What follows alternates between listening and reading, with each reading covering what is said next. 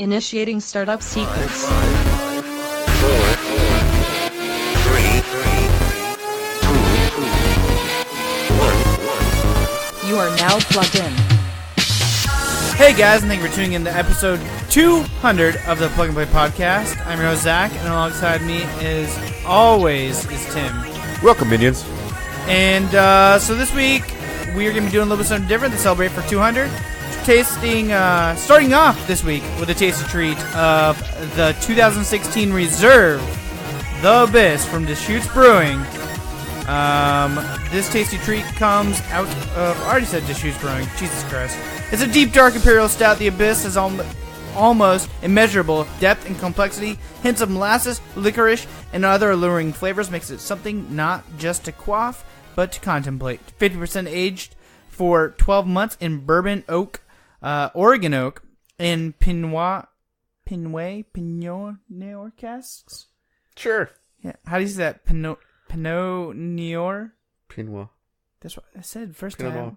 Pinot Noir. Pinot. It's Pinot. It's just, Pinot Noir. It's just Pinot. Is there? Is it? Oh, yeah, it is Pinot Noir. It's Pinot Pinot. Noir. It's Pinot Pinot No, Noir. it's Pinot Noir. It's the wine that Oregon is famous for. It's a dark red, That's dark stupid rich red. Shit. All right, someday we'll get you to drink a good wine. Pinot Noir casks. Peanut new. Yep, Pinot Noir. And this one again is the 2016, so we've had it for 2 years now. Yeah, this is not a common tasty treat. This is a special one. Special tasty treat. So cheers. Cheers. The tier 100.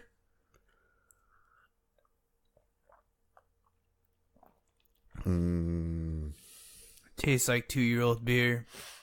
when you say it that way, it doesn't sound so special. It's like beer candy. It is like beer candy. And speaking of beer candy, it has a 4.17 on Untapped, 11.1 ABV, and 80 IBUs, guys. 80 IBU, really? Yeah. I would not guess that at all. No. I would say 40. No, 40 or 50, something like that. It's very tasty. Speaking of other tasty things, Tim, tell us about the Fruit Loop. Fruit Loop. So, last week I told you about the first half of my staycation. Yeah. I'll try to condense it a little bit here because, I mean, let's be honest, no one really wants to hear about someone else's vacation. I mean, but I did some fun stuff. But they've been listening for 200 episodes, so it's okay. Well, then let me tell you. Yeah. Let me tell you. So the Fruit Loop is like it's a candy. No, cereal. It's a cereal, yes, but it's also It's a candy cereal. It's a loop you can do in Hood River. It's also like a Pinot Noir. There's about 25 stops. It's kind of just a way to drum up business for local farms and wineries that aren't doing so hot. No, they're doing all right. Mostly. So there's lavender farms. There was orchards. There was. I love lavender for some reason. It's pretty cool. It's I was hoping there was some lavender in the shade because I wanted to take a nap at one point. It was hot that day though. So we drove around this Fruit Loop, and you get stamps, and we got a free bag out of the whole thing. Free bag of what? Just a free bag, like a canvas bag, which okay. came in handy to hold all of our wine. Did you guys buy a shitload of wine? We actually filled that canvas bag with wine. Did you really? We really did. Oh, shit. I think we got like 8 or 9 bottles. Damn. Yeah. We dropped some cash. We stimulated the economy. We got some peaches. We got some jams. Really good strawberry jalapeno jams. Ooh. Sounds really good. You mix that with some cream cheese on a cracker. Or just without. I mean, you could, yeah. It's good. This one place we stopped at had like 20 different jams. Jesus. They had a jalapeno habanero that was pretty all right. It was really spicy. Nice. But we didn't get that one because we just got the ones we could agree on. We got some good mustards. Like I said, a lot of wine. This one place we stopped to was totally unassuming. It looked like a serial killer cabin, honestly. That's the best place to stop. Most of the wineries are all like hoity-toity, like big glass windows. Yeah. And, like, you know, very fancy. Very fancy. This guy was like, nah. He's like, I'm still fucking making it in my bathtub. But his stuff was amazing. Was it? Yeah, he had this aged port fortified with brandy, like 24-year aged. Jesus. Fucking amazing. He was selling for like $20 a bottle. We bought like 2 or 3 bottles. It was really We have good. a friend who really likes port, don't we? Yes, we do. You didn't buy him a bottle. No, we sold from me. He doesn't listen to our podcast, so we're safe. Yeah, you're very safe on that one. But it was really an amazing stop. That was probably my favorite, just because you never would have guessed from the outside that he just didn't care about appearance. He's like, I'm going to do my craft, and gotta respect that. Fuck yeah. So, we came back home after staying the night at in Hood River at the I think it's actually called the Hood River Hotel. Nice. Amazing breakfast there. Included, or just like you go downstairs, you like have a menu and you So I order guess from this restaurant has another location in Portland, and it's always like a line out the door. But since this is Hood River, you can It's get it. very hard to It's get a easy. line out the door. Right, exactly. So we got in right away, and they had like these really cute little pancakes and egg dishes. It was really Nice. Was it reasonably priced? I mean, for being at a nice end hotel, was it reasonably yeah. priced? For considering that, yes, for sure. So the next day we came back home and we spent some time in Old Town, which is like a Old Town Vancouver? Old Town Portland. Like okay. I think like where the Saturday Market is, Yeah. or where Ground Control is. So we went to Ground Control and they are done remodeling, and it's pretty nice in there. They're doing a free play day where you pay $5. Jesus, just to get in and everything's on free? Right. So since this is supposedly a video game podcast, I will mention that I got the high score in a game called Ladybug, Woo woo! which is like Pac-Man but more complicated. How can you get more complicated than Pac-Man? There's like doors. Oh, Yeah. Jesus. Yeah, and the fruit that you get for high points, you can't get until all of the monsters leave the home base. Oh, Jesus. And so then there's 4 of them wandering around trying to kill you, so it gets harder. That's cool. Yeah, it was cool. I liked it a lot. It was fun. I'd never played it before. And then I also finished a game I'd never finished before called Time Crisis. It's the one where you shoot on the screen and then step on the pedal on the floor to duck or get in cover. Huh, I have never played that one out. There's like 6 of them or something. I think this Okay. was 2 or 3. Nice. But I played it all the way. Because usually I don't play that because it's a quarter sucker. Yeah, no shit. But free play. So, my wife did her usual, just sat in front of Tetris the whole time. Nice. We tried a new ramen place, which I didn't write down, so I don't remember the name of it, but it was decent. Okay. And we had a voodoo donut because there was no line. We're like, might as well. So I got the satanic donut. Yep. Showed you a picture of that. Next day we went to Hawthorne, and we tried to go to Quarter World, but they didn't open until 2 What's or that? Quarter World? Oh, Quarter World. I thought you said Coral World. and I Quarter was World. like, what the fuck's Coral World? But we did go to this place that I went with my friend Megan last time and had an amazing slushie. You talking about the dive bar place that you and I went to? Yeah, it's kind of across from Zach's Shack. Yeah. Well, no. This one's right across from Quarter World almost. Sort of. Oh, we went it there had too. the space drinks and shit. Yeah, they don't have those anymore. No, but if you ask for them, they'll make them for you. No, they don't have the glassware anymore. Oh. It was sad. That is sad. So it's in there. The name is still there, but we think that it's really not what it used to be for us anymore. So we did stop there. That was the biggest bummer of the whole thing. Lame. And we did lots of other fun stuff. We went to Sketch Fest each of those nights, which is different groups doing sketch comedy, like what you and I just watched. Yeah. But there's groups from Canada. My favorite name was Herb Beaver. Nice. That was the name of one of You the saw groups. Herb Beaver. Gotcha. I did. I got a pin for my daughter. She was horrified. It said I don't know why. It said Herb Beaver. It's fantastic. No, it was something else. Like they had a special event and they called it. I can't remember it, but it was terrible. Sounds amazing, by the way. It was actually they were really good. They were really funny. All female troupe, and they were really funny. Herb Beaver was hilarious. Hey? Yeah.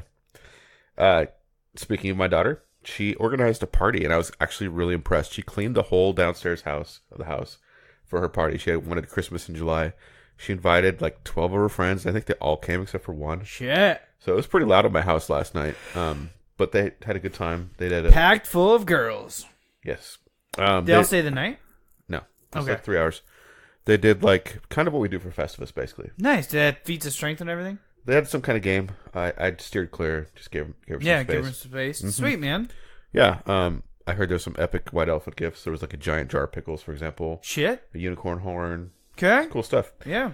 So she had a good time. And then the last thing, I'm trying to go faster because there's a lot I No did worries. this We week. both have a lot this week.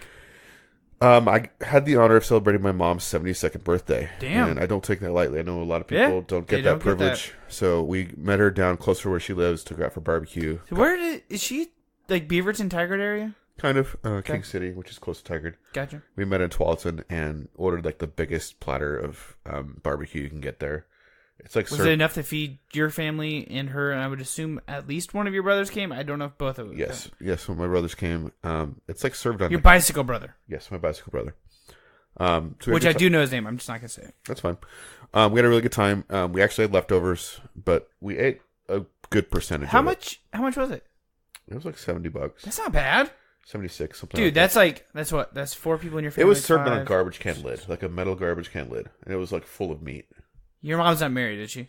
No. So that was 6 people for $70. Fuck, dude, that's really cheap. And yeah, there's brisket and ribs and chicken and... Ah, fuck, you're gonna have to give me the name of this place. I'm gonna go there just by my fucking self for $70. Well, they have another... No. I want that $70 goddamn dollar You'd one. be fine with the $44 one. Okay, maybe. You're a little guy. No, I'm just gonna sit there all day and eat ribs. Okay. They sell that's- beer there. Yeah, they do. Nice. 22 ounces even. You Shit. can get a pint or 22 ounces. You can guess which one I got. Pint. Nope. Why? Because a 22 ounce. Oh, sorry. I was mean pitcher in my head. I mean, no, I'm going to drink a pitcher in front of my family. Hey, you guys have fun. I mean, I did have a 22 ounce, though. that's good. All right. Anyway, that's what I went up to. What about you? What do you went up to? So, this week, last Saturday. Yeah, you talk so I can drink this Oh delicious wait, beer. no, yeah, okay. I haven't even taken a sip because we're doing stuff different this week. Don't forget, if you run out, you're fucked. I can't really chug this beer. I mean, I guess I could, but... Yeah. Anyways, so last Saturday, we went to the Melting Pot. Actually, we had somebody come babysit our son for another occasion. Finally did this right. Instead of trying to do anniversaries with taking the kid along. Well, this is still not the same as an anniversary, but we're getting to that. Okay. So we went out to the Melting Pot. I went and got the company vehicle, which is the convertible Cadillac. So Yes. we could ride in style. Yes. We went down to the Melting Pot, had a lovely dinner down there. I will say I was much more pleased with this experience at Melting Pot than the previous 2. Good. Just because we got more of a secluded booth, and the waitress wasn't like on top of us the whole entire time, but she wasn't like away long enough to where we're like sitting there like waiting for our next course. It's a really hard balance to strike. It's a very hard balance, but she did a very good job by like checking in like every 10 or so minutes instead of like the last time we were there. They were like on us like every 5, so it felt like we were rushed.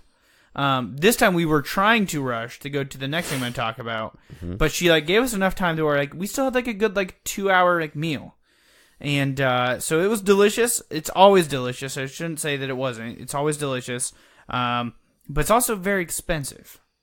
So I think we walked out of there with like $140 on our tab. Yeah. Did you No have alcoholic drinks. Oh, dang. I was going to say. did you That's have a including bottle? tip though. Yeah. So So you must have got a nice selection. yeah, so we you got a main course. we did. We both did a 4-course. Oh, okay. So Does that include dessert, or you have to get dessert nope, separate? that includes the dessert. So that gives you a cheese, a salad, a entree, and then a dessert. Nice. And since we both got one, it doubled it.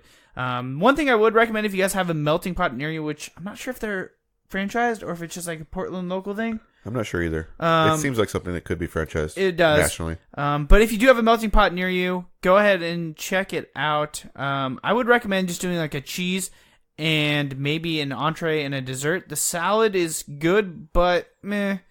It seems like you get enough food without a salad. You do. But it was good. And then after that, right after that, the reason why we actually got a babysitter was because it was my 10-year high school reunion. I can't wait to hear about this. I've intentionally not asked you about this until now. So it was less awkward at the beginning than I thought it was going to be. Well, let's set the scene. Like, where did you all meet? Okay, so we met down at Heathen Brewing, downtown Vancouver. About how many people? I don't know, like a good,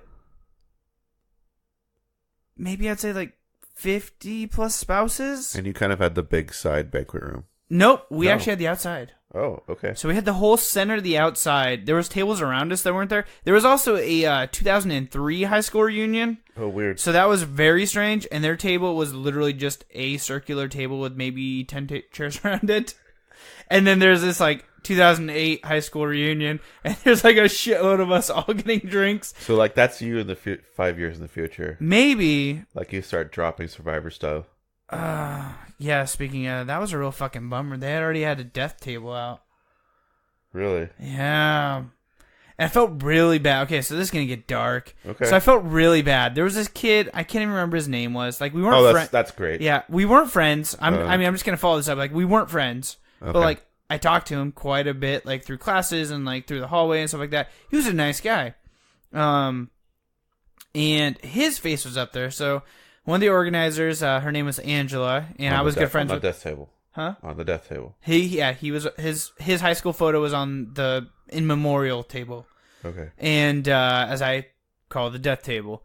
And so I asked Angela, which me and her were pretty decent friends in high school. I said, "Who is that?" And she said his name. I can't remember what his name was. I was pretty drunk at this point. And I said, well, what happened to him? I know the other one's stories. I've seen them on social media. She goes, well, he killed himself in high school. Like, right before he graduated, he fucking killed himself. And I'm like, today, we publicized the shit out of high school suicides. There was not a single fucking word. There was no grief counselors. There was nothing on our fucking high school. That, like, Well, nobody... I'm not sure the way we do it's better because there's some evidence that, like, publicizing suicide encourages other ones. And you could be very... I mean, that could be right. The thing was, like, nobody there knew that this kid killed himself. And that was fucking sad. So, are you talking, like, right before graduation? That's why no one Like, knew? within, like, a month or so. Okay. And Wow. apparently, like, his parents refused, like, his high school graduation, like, certificate. They refused for him to be, like, mentioned at the ceremony. They refused to come. And, like, Angela's the one who had the, Like in a disowning kind of way? like, we don't want him to be mentioned. Like Okay.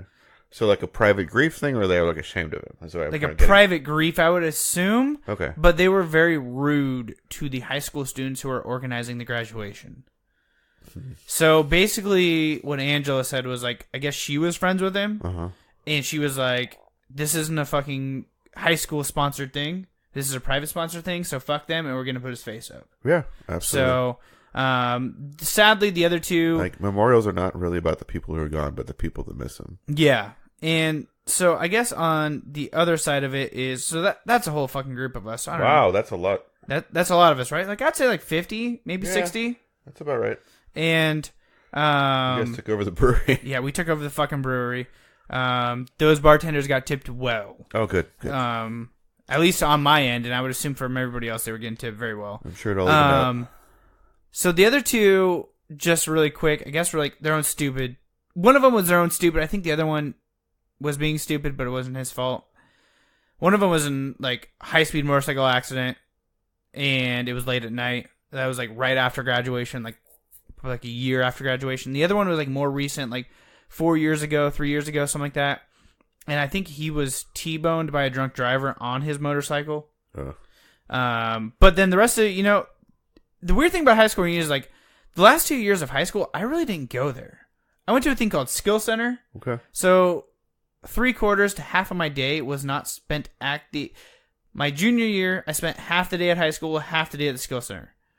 My senior year, I spent like a quarter of my day at the high school and 3/4 of my day doing security for a local middle school. And then my last quarter of the day would be spent in the middle school's security office, like writing reports and stuff like that.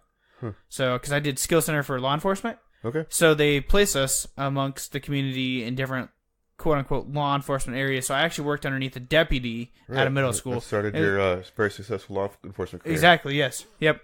Now I deal drugs. And to the local middle school where I was a security officer at. So I didn't really hang out with these people the last 2 years. Mm-hmm. And I didn't really think that anybody was going to really talk to me. So my wife and I had a plan. We were going to go in there. We were going to get a drink. We were going to give it an hour. And if we weren't having a good time, we were going to peace out and go to the library, I think it's called. Downtown Vancouver. It's like a whiskey room. Okay. I think it's called the library room. Or maybe the marketplace. It's down next to somewhere where we're going to be going very shortly. Oh, okay. I know what you're talking about. It's neither of those things. Okay. But Well, something very I know what you're the talking market or something. about. It's closer to market than library. Yeah, okay. Anyways, and so we had all these other breweries.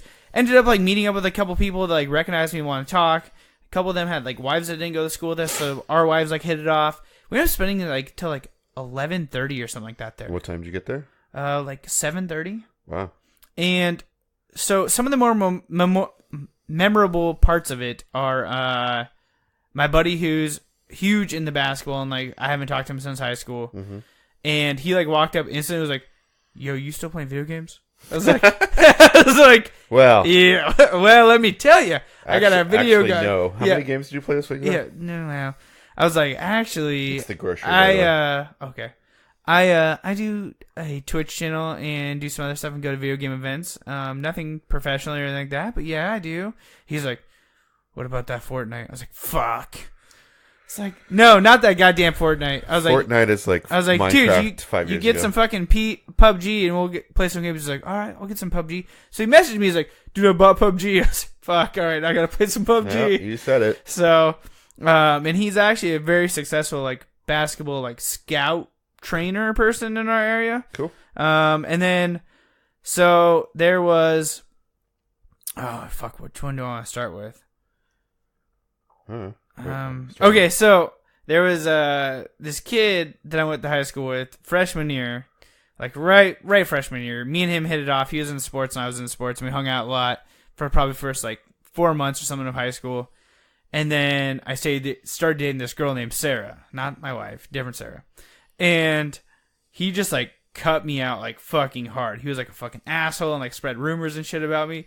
He got fucking plastered drunk and like loudly just started professing how sorry he was for being a dick in high school to me. Oh, Like that night. Yeah, that night, that guy. So he's been like stewing about it for 10 years. Oh yeah, like apparently I let him stew for 10 years. He's like, feel so fucking bad about it. I was a fucking dick, and then like you wouldn't talk to me senior year, and I was like, dude, I wasn't even fucking in high school senior year. Like loudly, just like professing how bad he felt and shit, and like how much he loved this girl and stuff. And I was like, oh, your wife's over there staring at you, so you might want to shut the fuck up. And Sarah was around the corner. Yeah. Not your Sarah. No, she didn't graduate. She moved to like Nashville or something like too that. Bad. It would have Yeah. been funny if she was there. She would have been fucking hilarious. Oh, by the way. And then his wife would have been really mad. Yep. And then there's another guy I went to high school with, who's now a very successful pot salesman. Nice. And let's just say he also works in our fine government of some sort. And they asked him on his yearly evaluation what he was doing to supplement his income, because they noticed his income wasn't adequate with his government income. He's like, oh, I'm a salesman. And his higher ranking person was like, that sounds boring. I'm not going to question you anymore. And he's like, moved on. Like, he's like, well, that's good. I mean, it's legal here. It's legal, but not for the position that he holds in the other agency. Yeah, it gets weird when you get into federal positions because federal doesn't recognize it yet. Yeah. We need to get our laws fixed on that whole area. Yes, we do.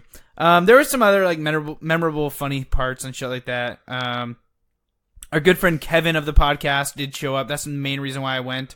So is that the first time you've seen him in a long time? Yeah. Cool. And so he bought me a beer, so thanks, Kevin. Nice. And he also, I gave him shit the whole entire fucking night because he drank root beer floats. Well, not one fucking beer. They do have good root beer. I don't give a fuck. But yeah, that's a weird choice. Yeah. So then after that, we went home and hung out. And then the next day we got up and we went and bought a brand new barbecue. I saw it. Looks shiny. Yeah. So we bought a infrared smoker propane natural gas barbecue. So this thing is like a it's a lot of fucking things mixed together. I was going to say, I'm trying to think of the word. I have the word in my head, but I can't say it. Okay. But it smokes, it infrareds, and it propane. Yeah, so the weird thing is, like, why would you infrared, I guess, is my question. I understand why you would smoke. I know why you'd propane. But okay. Why would you infrared? So infrared basically makes sure that the flame does not get anywhere near the meat that's on it.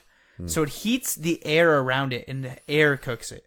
Okay. So that, like, it's like 700 degrees, and it basically fries it from the outside in and does it slow enough to where the moisture can't get out. Okay. So I've done 3 steaks on it now, and they're the juiciest steaks I've ever had in my life. Oh, man. So we're going to have steak sometime, Tim. Done. Yeah. And so I actually have not used the infrared shields on it yet, and they're still fucking the juiciest things in the world. Infrared shields? Yeah, so they're like literally like think sheets of metal that go over the top that like fit over the grates with tiny little fucking holes in it. Okay. And you can flip them over and put them underneath the grates and drop your wood pellets in there to smoke. Okay.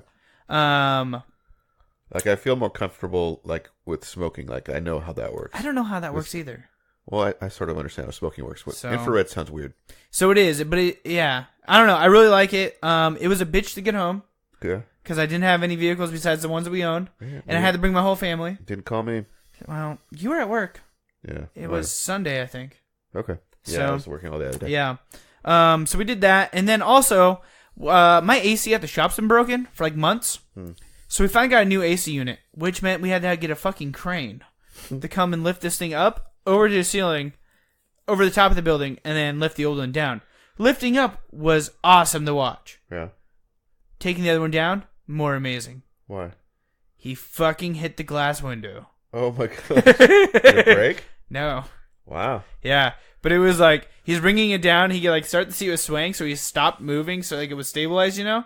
And fucking apparently like he hit the button or something because it swayed back super far, and just like a wrecking ball like started coming towards. And like we don't like we own that building, but we leased that side of it out to somebody else. So I instantly ran up there, and there was bus drivers up there going, "We just saw this big metal thing come flying towards us," and they were all shitting You're looking bricks. outside, doo-doo-doo. Holy shit. Yeah. This giant thing coming towards you. It was hilarious. That's pretty funny. So that's what I've been up to this week, and I think we're like 30 minutes in. Yeah, we did a lot. We did a lot this week. So you want to talk some news? Sure. Let's talk some news. Hold Got on. a little- Hey, we can talk some fucking news here in a second, like right now. Okay.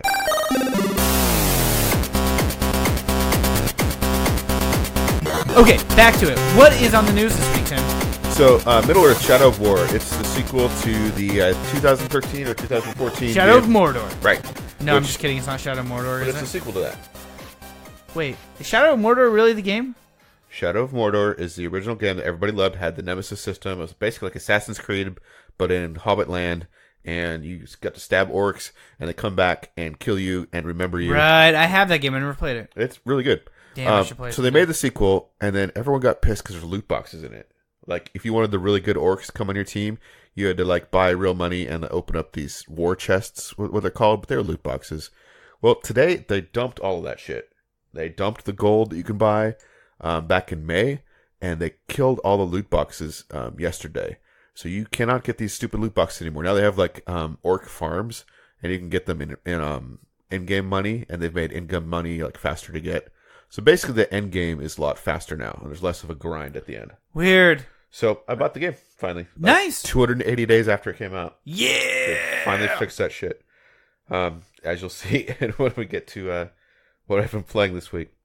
So this one is less good news, I think. Although, I mean, well, I'll let you decide.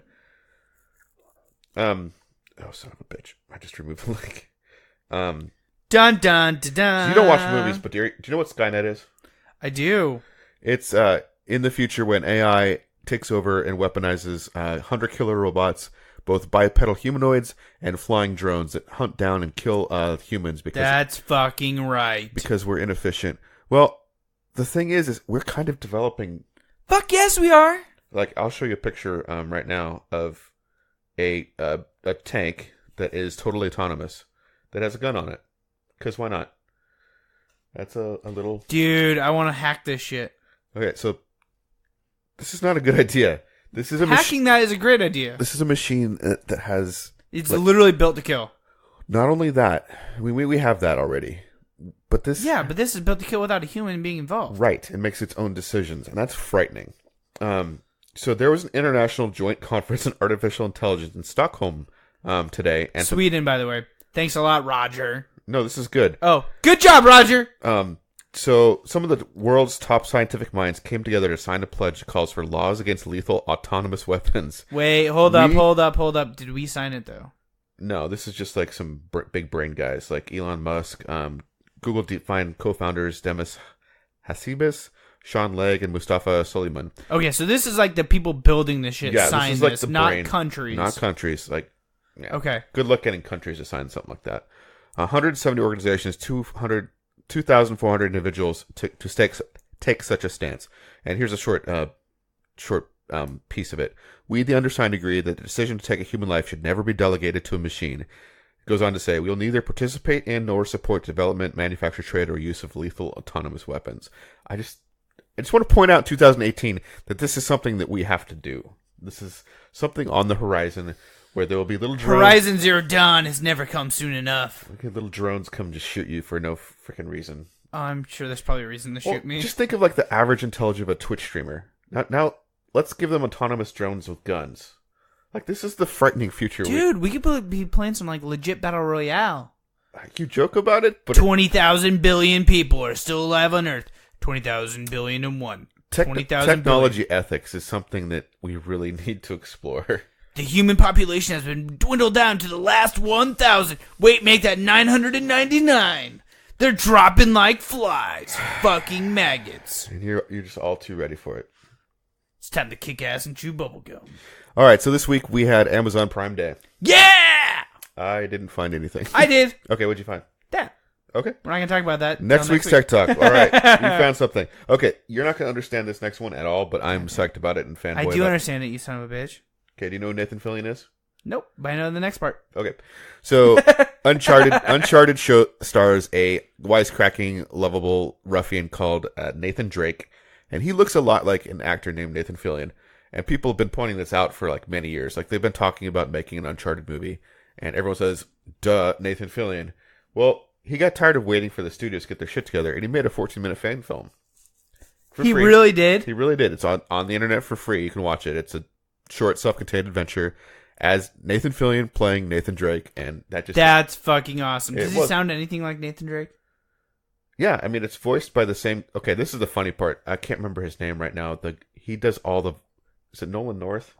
Nolan North, Does yeah. like voice work for everything. Yeah. So, same actor, Nathan Fillion, is an actor or a voice actor for a character in Destiny that I can't remember his name. Whatever that. The fucking like little cube dude that follows you around. No, not him. So one of the guild leaders. Oh, I don't fucking know then. Right. Doesn't matter. That guy is getting killed off. But Nathan Fillion was busy and couldn't do the voice work for that story arc. Yeah. So Nolan North came in and did it? Is going to do his part, which is hilarious because Nolan North is the voice actor for Nathan Drake in Uncharted. So my god, they're literally swapping fucking roles. Yes, that's just hilarious. All right, that's enough nerding out, I think. All right, sounds good. Hey guys, so this week is our 200th episode. I have something special planned for the very end of the episode, so we are not taking a tasty treat break right here. We're sticking it with the Abyss. Tim, you ready to kick it? Let's kick it.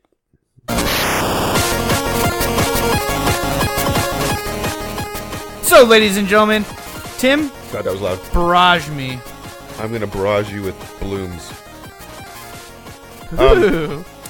I'm going to throw C's at you in my pixel art styled action game. All right, this comes to us from Portland, Oregon. Would this be the shit of Kickstarter this week? I mean, I don't want to shit on it too hard. Just a little bit of poop. I'm not gonna shit on it because it's coming from Portland, Oregon. It's a little bit stanky. Well, let's just play the promo for it first, and then we can decide Alright. if we're gonna shit on it or not. In a world of competitive gardening, one hero embarks on a journey with bots and rivals to become the fucking Bloom mouse. Barrage champion.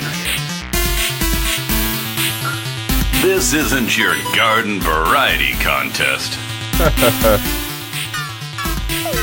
Gardening will never be the same. It's like garden warfare. That's copyrighted, I'm Back pretty us sure. now on Kickstarter before time runs out. So it's got, I'm not gonna lie, I fucking love the sound and the voice in that video. that was a good promo for it. It looks like a very simple game, like you're growing stuff on one side and you're shooting seeds across to the other guy. It could be fun, who knows? It's a pixel art styled action game. They are looking for $3,000. They've got 19 backers with 19 days to go. They currently have $706. If you happen to be local to Portland or you want to be a competitive gardener, you can get in at... Oh yeah! Hail to the king, bitches. Am I reading this right? Bloom Barrage Digital Gardener, a great place to start with Bloom Barrage at release for $3. I mean, we might need to buy this just to be like, hey, we fucking bought it. It's got the flower pot map pack, which has 5 maps with the. Ah, yeah! Flower pot map pack! But there's more. You can all get all the digital content, like all the DLC. I guess, Oh, yeah. Of 10 maps with an MSRP of $9.90 for only $8. Oh, shit! And you get a physical reward. Skip the Mouse Lemur. I guess that's the mouse. A collector's edition seed packet with high quality water resistant vinyl stickers. You get 2 stickers and 6 smaller stickers. That's a lot for $8. That is a lot for $8. You get all the DLC and like 10 stickers.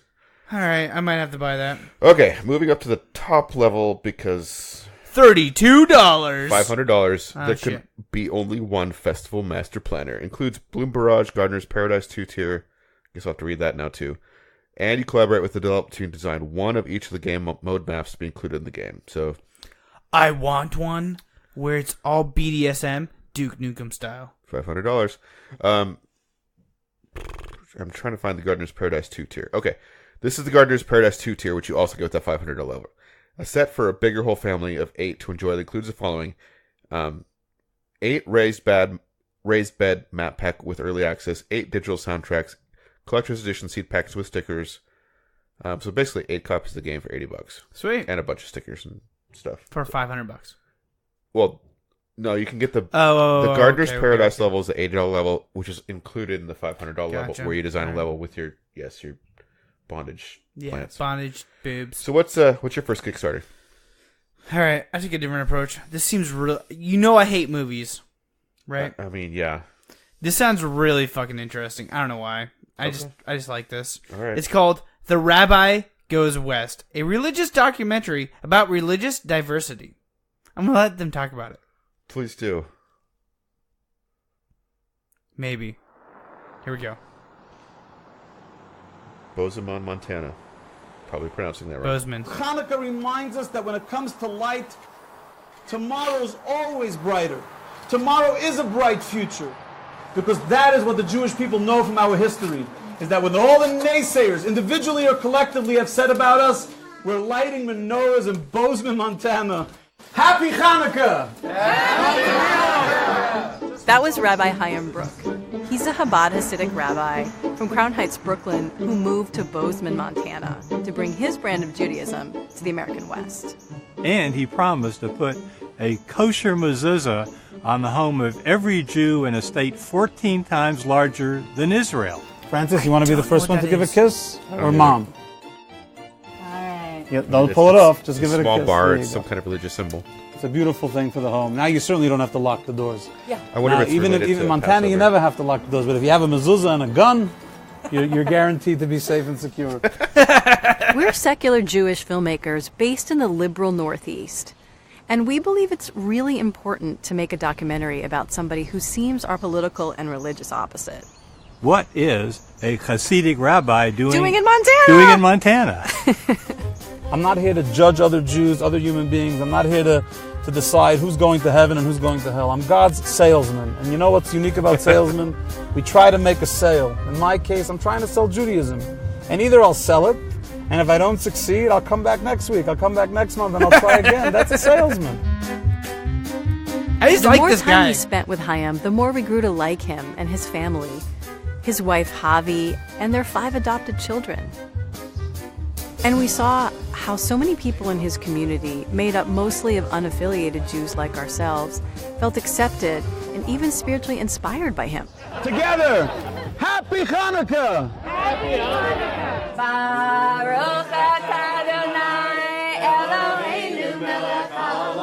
We discovered that the other Montana rabbis, both Reform and Conservative, felt that Rabbi Chaim acted as if his kind of Judaism was the only kind of Judaism that counted. So the Rabbi Goes West has spirituality. It has heart. It also has conflict. What separates us is the idea that you promulgate, that you are authentic Judaism, and that we're not, that we're a heretical movement, that... I don't propagate anything Well, of the I could sort. look on your website and read it. Feel free. And it has a simple but important like, nope. message: to respect and listen to each other, even when we disagree. All 3 of us share the mission of teaching Torah, of inspiring people, helping them expand their Jewish identity. We spent 2 years filming in beautiful Montana and then made a stop in Crown Heights, Brooklyn, the home of Rabbi Chaim's Hasidic community. But we're at a critical point. We need serious funding to complete our documentary. This includes additional editing, an original score, and one last chute taking us back to Montana. With your support today, we can bring the film to all of you in 2019. Every donation helps. Can we please count on you? And will you share this campaign far and wide? Thank you. It does sound interesting. I don't know why. Yeah, it just like sounds really fucking cool, and I think this guy's fucking hilarious. Like, I don't know. He's got a good sense of humor and everything. Mm-hmm. So that is The Rabbi Goes West, a religious documentary about a religious diversity of a Hasidic rabbi from Brooklyn to Montana. That's a weird move from Brooklyn to Montana. Yeah. So looking for $40,000 US, which is super far reach, but they're already at $16,107 US. How many days to go? 182 backers. Okay. 23 days ago. Okay. $10 gets you a Feed Your Belly recipe pack plus gratitude. What's that sound in your ear? It's your belly. Feed it. Get an exclusive collection of Jewish-inspired recipes from our bubbles. I'm assuming it's a Jewish word that I'm not pronouncing correctly. And some foodie friends in PDF form. Be among the first to see the film. Do they have a digital copy of the film or not? Oh, wait, hold on. So you will get to stream the film online before it's available on other digital platforms. Plus, you'll get the Feed Your Belly digital recipe pack and a thank you on our website and shout out on our Facebook for $25. I'm looking for the DVD. This is getting very expensive, very quick to find that goddamn DVD. Real Mensch pack. First to watch a singing film in progress. Oh, Jesus. We're still going up higher. Okay, here we go. If you want the DVD pack, the Real Mensch DVD pack is $100. I think you should probably watch it digitally. There is no digital. You said there was something streaming. Yeah, to stream it, you don't get to keep it. How many times do you realistically watch it? I mean, yeah, I guess that's true. All right, for $10,000 US, join the Gold VIP Circle. Let's celebrate. Because of your amazing generosity, you'll be prominently listed on the credits as co-producer of The Rabbi Goes West and on our IMDb page. You will also be provided with tickets to the world premiere of the film and to any other screenings you wish to attend, plus an invitation to any VIP reception or afterward parties. Of course, you'll also get all of the rewards all the rewards listed above. Dude, I am fucking... How's that 11% ABV? Jesus Christ. It's not even fucking that. I haven't been able to talk straight all day. Hyman. All right, let's go to the next Kickstarter because you can't talk anymore. Yeah, no shit. Oh, this is fucking cool. This is fucking cool! So one of the cool things I've got to do in Yakuza 0 is go to the Sega arcades. And when I was... Yakuza 0? Isn't that what I said? Yeah, I think so. Okay. Anyway, the Sega arcades are... I also can't hear today. Okay. So there was no Sega arcades where I grew up. There is in Japan. But there was Sega arcade Hold machines. on, what the fuck is a Sega arcade? It's an arcade of just Sega machines. That's fucking stupid. There's so many better Sega, or non-Sega arcade machines out there. There's some really good Sega arcades, don't get me wrong. Okay, you went to arcades a little later in life than I did. Back in the day, like seeing a hang-on machine where like, it was a big deal back in the day to actually sit on a motorcycle and play a motorcycle game. Like that, you take that for granted now. Like, that's always been there for you. That was a novelty at one point. Space Harrier. Let me guess what. You sitting on the dinosaur that goes up and down, up and down. Okay, anyway, this is Sega Arcade, a pop-up history. A book of pop-up sculptures of Sega's greatest arcade cabinets. Hang-On, Space Harrier, Thunderblade, Afterburner, and Outrun. I'm going to let them... I don't know if there's verbal audio for this, but let's go ahead and play the video.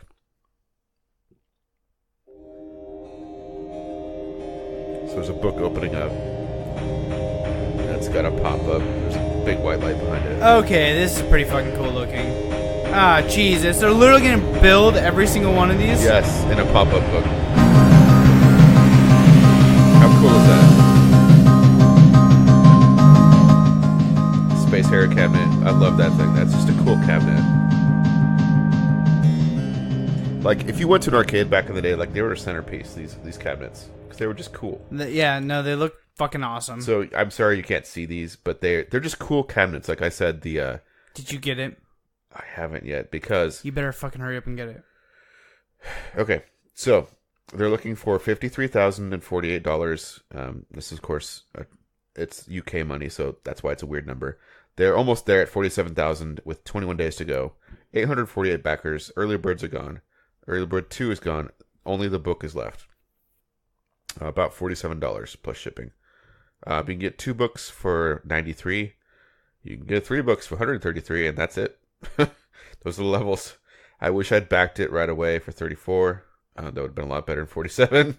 But those are all gone. I have noticed in the past Kickstarters that sometimes people back out of things. And that so I've been checking. becomes available. I've been checking every day because at $34 I probably would. It comes with a Kickstarter exclusive foil cover. I don't know. It's just cool. Like I said, if I had like all the money in the world right now, this is one I would definitely get. But nice. It's just a cool project. Something you'd only really see on Kickstarter. Yeah. But that's it. This is the reason why I love Kickstarter. Yeah, weird stuff like this. And the weird shit just keeps coming with mine. Yeah, it's just cool. So dumb but cool. Yep. Anyway, what's your last one? All right, so I don't know if you know this about me, Tim, but I love skateboarding. I mean, for some fucking reason. I kind of picked up on that with the skateboard decks behind us. Yeah, but I've never seen you on a deck. Yeah, in life. And I love collecting skateboard memorabilia for some fucking reason. I didn't pick up on that, honestly. I mean, there's a really old, ancient skateboard right over there. Okay. This is called Skateboarding History, Rad, the book of the magazine. So I'm going to go ahead and let them talk about it. How's my action stance? That's the history of British skating, yeah? Yo, let me tell you about the magazine, yeah? Radical Doonican. Radical Doonican. This is the history of UK skating. This is the foundation, the inspiration for today's scene. The Read and Destroy archive are producing a publication about the legendary British skate magazine RAD. For over 25 years, this early history has been buried, hidden in boxes, in attics, in La Calle, in La Pueblo, filing cabinets, under beds, in shoe boxes, all over the place. It's been a very long journey, and it's taken us almost a decade to bring together the original team, but we've done it, and we can now unlock this rich material. No matter what topic, that kind of archival For the last 3 years, cool. we've been organising and sifting through the extensive archives of the original photographers from back in the day. I'll have to show you my skateboarding books. I have like a shitload of these, like history of skateboarding books Mad already. Mike and several others. There is so much amazing content that we've decided to release 2 volumes. Volume 1 revisits the early years from 1979 to 1987. This was a time there were no magazines to speak of whatsoever. These guys went out and independently documented what was happening in the streets and the few parts that were left. It's amazing stuff. Volume 2 captures 1987 to 1995, the years that RAD Mag exploded onto the UK scene.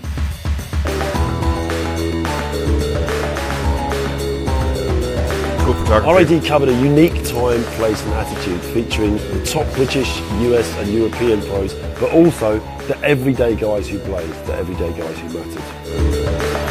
The monthly issues from 1987 to 1995 gained a cult following worldwide with a generation of pre-internet youth. Ripples from its influence are still being felt today. RAD's editor, founder and chief photographer TLB, Tim Leighton Boyce, took an experimental and collaborative approach to publishing.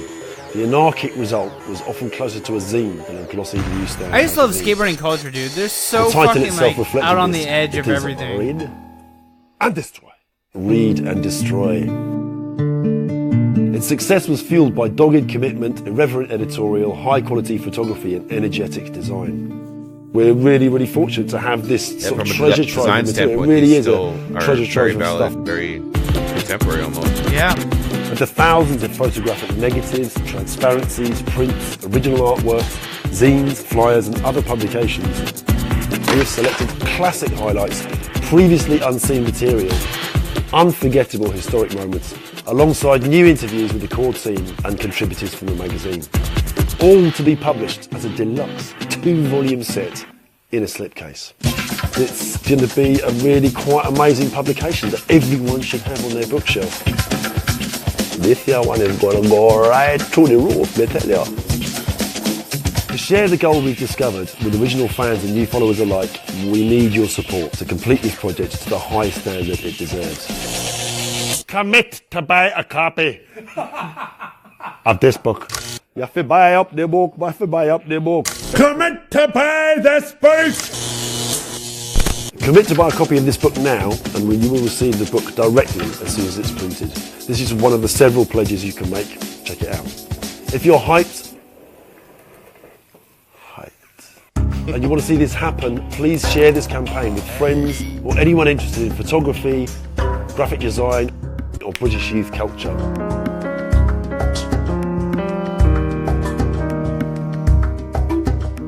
The era that Rad Mag documented really was a foundational time. There's some amazing images, amazing skaters. I really recommend you check it out. You won't be sorry.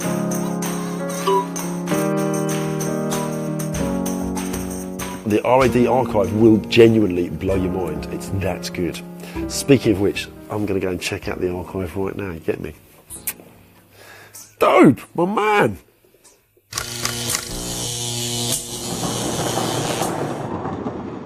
read-and-destroy-.com.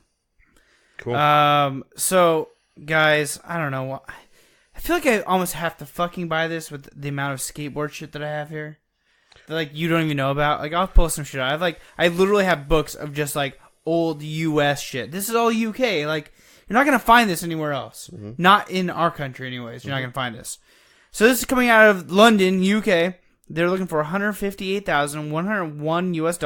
They're currently at 42,867, 336 backers with 14 days ago. So it's not looking great. It's not looking terrible, but it's not looking great. It's an uphill battle. $27 US gets you the helping hand pack. Make us a donation. Everything helps us reach our goal. In return, we'll help send you a sticker pack. 8 rad iconic logo stickers.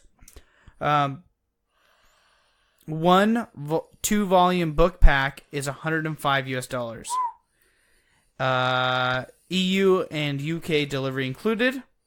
Only European Union. Oh shit! Only certain countries for $145. Oh man. Fuck. I don't think you're backing this, buddy. Fuck.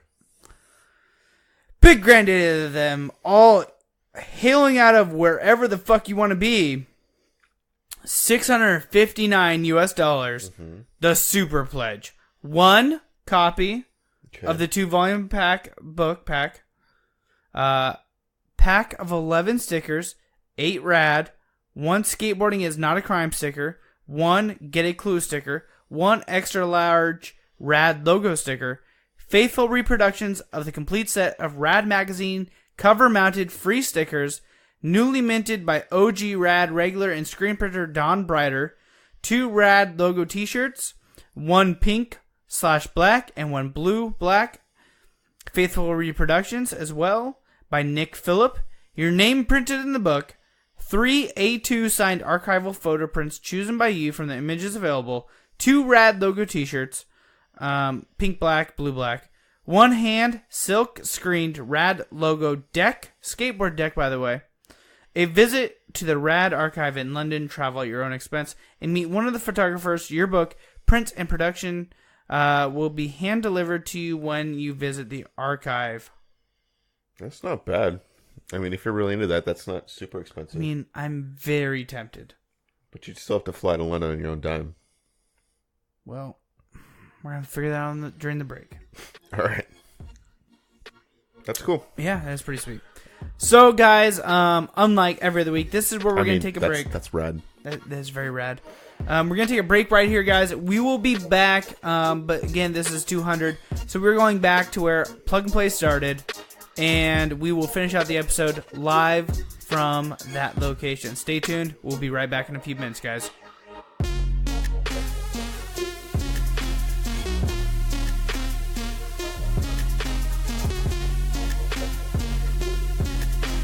congratulations on making it to episode 200, guys.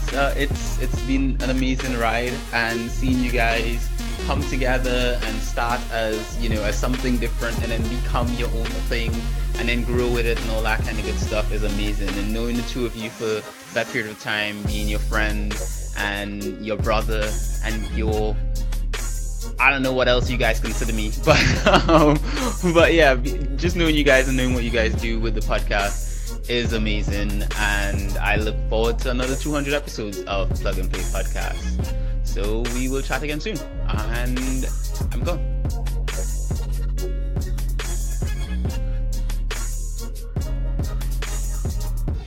And we are back. Taste your treats in hand, guys. We are back where it all started at Lewitt Brewing, downtown Vancouver, Washington. I'm drinking the Shadow Shinobi, and Tim? Coronita's Grapefruit IPA. Well, that's fucked up. At least it's not a glitter beer. It's very true. It's not a glitter beer. We gotta have a glitter beer. Do we each have to have our own? We share one. Can we ask them to split it? Like, can we have one glitter beer split in 2 glasses? I mean, we could get empty glass. I don't want to get 2. No. I don't want to finish a glitter beer. No. I guess we could do it to say we've done it, but I'm not super excited about it. Okay, we don't have to do it then.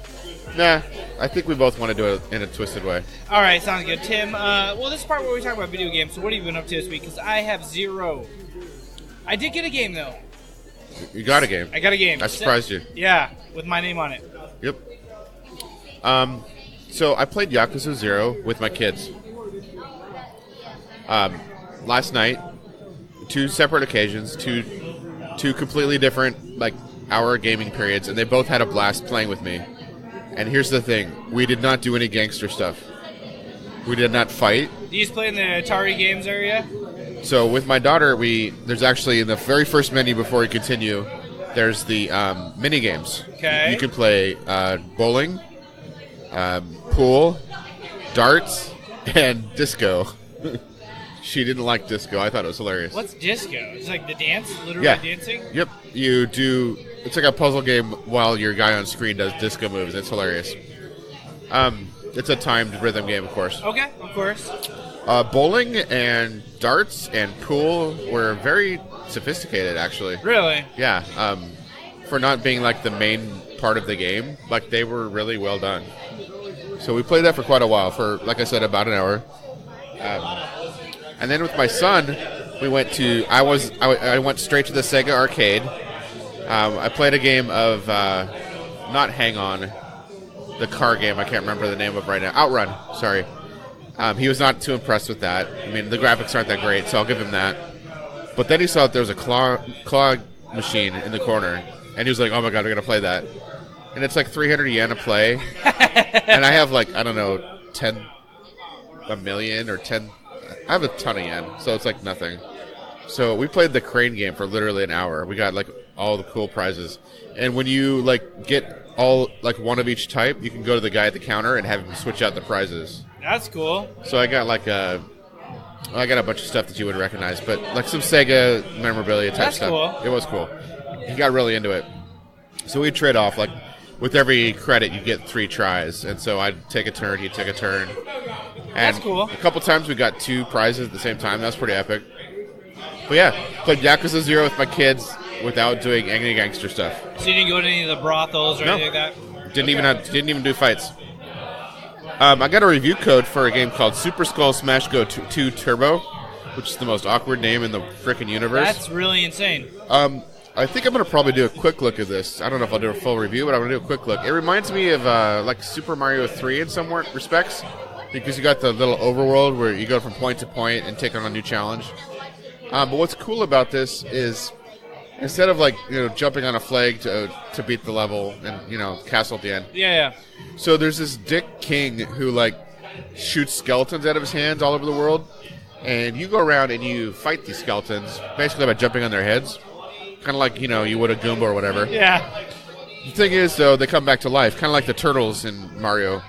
They're just the skull on the ground after you jump on them ahead, and the skulls will shake, and then they'll come back to life again as a full skeleton, unless you pick them up and take them to the shrine that's in the level and throw them at the shrine. So basically, your job is to run through the level and pick them all up. Pick them all up, yeah. So it's actually really fun. The graphics are super basic, but the physics are great.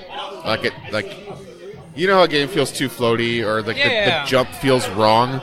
The jump feels right, and the throw feels right because you have to pick up these skulls and throw them, and it just feels right. Well, good. All the levels are pretty short. Like I said, it's definitely got that like old school Mario, like Mario 2, Mario 3 vibe to it. Nice. All right. So I'm enjoying it. Then I've been playing just a tiny bit of Middle-earth: Shadow of War. So as I explained earlier, now they don't have the bullshit at the end. Yeah. And I forgot it's fun to sneak up behind orcs and stab them in the back. It's totally Assassin's Creed in Middle-earth. Is it really? It really is. How's the storyline? It's okay. They take the most ridiculous liberties with the source material. Like, true Tolkien fans are just got to be like just hating it because Shelob in the books is just basically a giant spider that they run across in the story. It's just a big ass old ancient nasty spider. In the game, Shelob can transform into a woman that's clothed kind of like Bayonetta style. She's got like this silk like strands. Very slutty. Well, like she's covering herself with herself. Like her clothing is her like silk. Gotcha. Kind of Bayonetta style. Yeah. It's acted fairly well. I don't know. It's an excuse to round up orc armies and kill a bunch of stuff. Sweet. The graphics are good. Do you get to meet Bilbo? No. There are, it does come with some side quests as other characters besides the main characters in the first game, including a mortal, where if he dies, he dies. The adventure's over. So the whole thing of the first game and this game, is that you're a mortal ranger whose family gets killed, and as part of some kind of curse, your soul becomes fused with a elf from the past who created the One Ring. Okay. So like a ghost is in your body, meaning you can't die. Like, you'll die, but you come right back. Yeah. Also, you can jump off of any mountain and land, and you'll be fine. So you have, like, superpowers, basically. That's cool. It is kind of cool. And they do some cool things where they show, like, both faces. Oh, Like this epic. old ghost face and then the human face. His face is kind of generic. Like, I couldn't really just... He looks like Aragorn, but more generic. Okay. If you know who Aragorn is. But yeah, so far it's good. I only played, like, 40 minutes of it. I streamed some of it on caffeine, and then I got tired and went to bed. But it looks good so far. I've heard people like it initially, and then they got the end game stuff was what pissed them off. So I'm hoping that they actually changed that. So the last game I played, I was going through my PlayStation 4 library to download that Skull game, and I saw this title I did not recognize at all. And I figured it must be like one of the PlayStation Plus games. Okay. So I downloaded it. I just want you to watch this clip. Describe it, maybe. There is a moon with a tongue that is grabbing rocks and breaking shit that are now bouncing. Almost think like Angry Birds, but instead of birds, you're literally dropping rocks. I described it as Bizarro Angry Birds. Like he said, you're this big ball king guy with a giant tongue, and you swing your tongue back and forth with a rock on the end of it, and you try to destroy these tanks. I don't know. I found it strangely addicting. So it's definitely along the lines of Angry Birds, but it's just a little weird. So I probably played that for, 15, 20 minutes. I cleared one world. You were like, fuck this, uninstall. Not yet. I'll probably play it again a little bit, maybe here and there. I don't know if I'll finish it. That's weird. It's really weird. I know that there's it's on every single platform. And so I'm wondering if it's cross-play and cross-save on Vita. I don't know if it is or not. I'll check. That'd be a good Vita title. It would be a good Vita title. That's definitely like it's very much a mobile type game. But it was fun. Yeah. I don't know. That's what I've been playing. Sweet. I haven't been playing anything. You can tell people what game you got? Yeah, I got Yakuza. Which one was it? I can't remember the name of it. It's a weird title. It's basically a remake of the first of Yakuza 1. Yeah. It's a remake. Yeah. For PlayStation 4. Yep. And it was actually bought by Tim and shipped to Tim. It was on sale for $12, and I know I wanted it at some point, but I'm not going to play it right now because I'm playing Zero, so I'll ship it to Zach, and he can play with it for now. Yeah. So yeah. It's pretty awesome. So I'm going to go ahead and start playing that probably this weekend. Yeah. Anyways, guys, this is episode 200, so I would like to take a chance and step back. We have a couple listener questions. Put out the call really fucking late. It was like middle of the night last night. Yeah? But we did get 2. Okay. So, Blake wants to know, out of all locations you've recorded the show live from, which were live, which was your personal favorite? Now, I gotta say, we gotta make a rule here. No PAX. Oh, fuck you. You just took mine. Yeah, no PAX. Because I was gonna say the whiskey room at PAX was my favorite. Yeah. Yeah, we can't do that. No. Why? No. But that was the best one. It is the best one. I'm glad we both agree on that. So now let's find our second favorite one. Huh. Maybe the Unipiper party at Rogue? Oh, that was a good one. Does anything come to your mind? Well, I was thinking when we bar hopped all over for my birthday. That was fun. That was a good one. But that's multiple locations, so I'm gonna call you out and All say right, that doesn't all right, count. All right.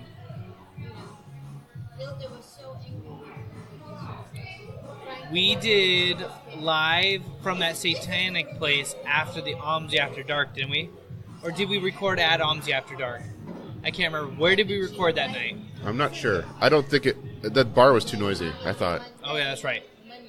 Maybe we recorded when we got You're home. talking about Lovecraft, right? Yeah. I don't think we recorded there. I mean, we've been to some cool places, for sure. We've been some really fucking cool places. But his question was where did we record that was the best? All right. We should somehow find a way to get into like a haunted location and see if like other voices show up in the podcast. That'd be cool as shit. That would Let's be do cool. it. Kiggins. It's haunted? Yeah. You sure? Yeah. Okay, from what? I don't know from what. But Actually, you know what's legit haunted? And we could actually pull this one off. The Old Town Pizza Company, I think it's called, close to Ground Control. Is that the one with the trap door in the bottom? I mean, probably. I mean, there's Shanghai tunnels everywhere there. But that's not the haunted part. There's a old elevator shaft that they have a table in, and a hooker died in that. And people sometimes see her or hear her there. Let's do it. So, like, if we were recording at that table, and we'd have to get lucky and have that table open. Yeah. We ate there once with my kids on Adventure Time Tuesday. But that's like the most practical thing I can think of as far as a haunted location. Let's try it. That doesn't answer Blake's question, though. Doesn't. I gave you some time to think. I was thinking about, like, dead hookers and stuff now. Okay, so... I'm sure Uncle Blake would approve. Favorite location besides the whiskey place in Seattle, because that was fucking epic. You're the one who disqualified that. Okay, I liked all the brewers we went to when we were stamping that book. that was cool. That was a lot of fun. I would say the White Salmon one was a lot of fun. Everybody's Brewing. That was good. That's good. Yeah. I would definitely say that yours is probably the best, though. Out of... It was just it was probably our worst recording. Yeah. It was pretty shitty recording. We did get to interview the Unipiper, though. That was pretty cool. That was a lot of fun. Other than that, we have one more question. It's kind of a joke question just for you, Tim. Jesse wants to know, how is Tim's Home's Alexa doing? Things got pretty fucking weird last time I was there. So I have two units, one downstairs and one upstairs. The one upstairs actually turned her voice off. So she'll respond to certain things, but most of the time when I tell her to do something, she just beeps now. So I told her to basically shut the fuck up. Nice. Upstairs in my den. So some of the weirdness, although she can't understand Nintendo half the time.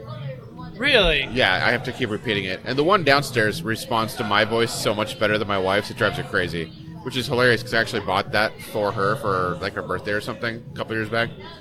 But that one doesn't listen to her, it only listens to me. I've noticed Alexa responds to a male voice a lot better than a female voice. It does. Which is hilarious. It does. Alexa's sexist. But she hasn't done anything super creepy or weird yet. Recently. No laughs? No laughs, no. I figured out how to make her say whatever I wanted her to say, so that's fun. How? It's like you say Simon Says or something, and then you say whatever you want to say. Okay. And then Simon says suck my dick, she'll say suck my dick. Maybe. I mean, I'm sure there's some... Probably. You can try it. I'll try it when I get home. Okay. Good luck with that. Yeah. Maybe I will have good luck. Wait, that got weird. You made it weird. We were talking about some like weird stuff here back on like the news section. Yeah. I mean, robots can come kill us all at any moment, apparently. And suck my dick. That's going to happen too. I mean, if anything from the past, That'll come first, and then the killer robots. I mean, VHS, DVD, those are all innovations brought about by the porn industry. So, yes, there will be sex robots. So I what want if to there was a sex robot that could kill you? Like a sex assassin robot. I mean, you die happy, right? I mean, I hope it at least wait till after. All right, we've had a motorcycle. We had a motorcycle, no dogfight. We didn't have a dogfight last time, though, either. No, that sucks. But we did get a loud motorcycle. Next time what we need to do is we can get two dogs and slam them into each other so they have a dogfight. I'm not going to be a part to any animal cruelty. It has to happen organically. Okay. I think this brewery does log dogs in it, though. Used to, not anymore now. They serve food. Okay. Yeah. I want to take a second and just like, so it's been 200 episodes. Right. We've covered a lot of shit in 200 episodes. Like stuff I don't even remember anymore. Shit that we don't remember, and tech that we don't remember, and we've gone through so much fucking tech. Right. So we started out on, I think it was gaming headsets, in separate houses we would record. Yes. Like, going back and listening to our old recordings is pretty painful. Then we went to the Blue Balls. Blue Balls. And that's when we did our very first plug and play together. Right. And that was here, at Lua.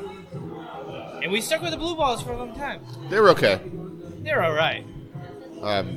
We never did go to Yeti. Some people were all about the Yeti. Yeah, some people were all about the we Yeti. weren't super impressed with the Blue Balls. We're like, why would the Yeti be that much better? Yeah. And then we went from the Blue Balls to the Tascam by itself, I think? I think you're skipping one. Didn't we have... The video camera.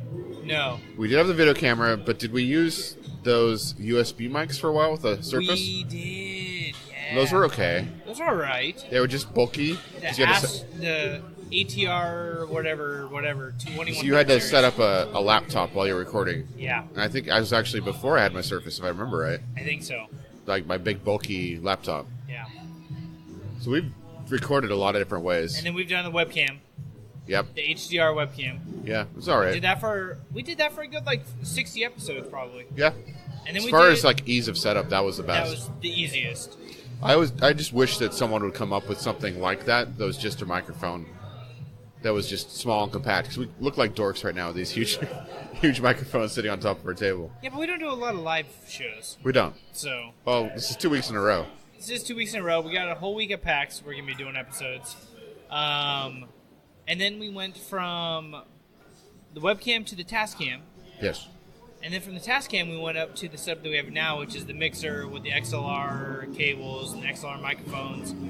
I think that's where we're going to stay at for next 200 at least. Like, until some piece of tech comes out that I'm describing, which is like a little tiny box with... That literally does amazing work. Right.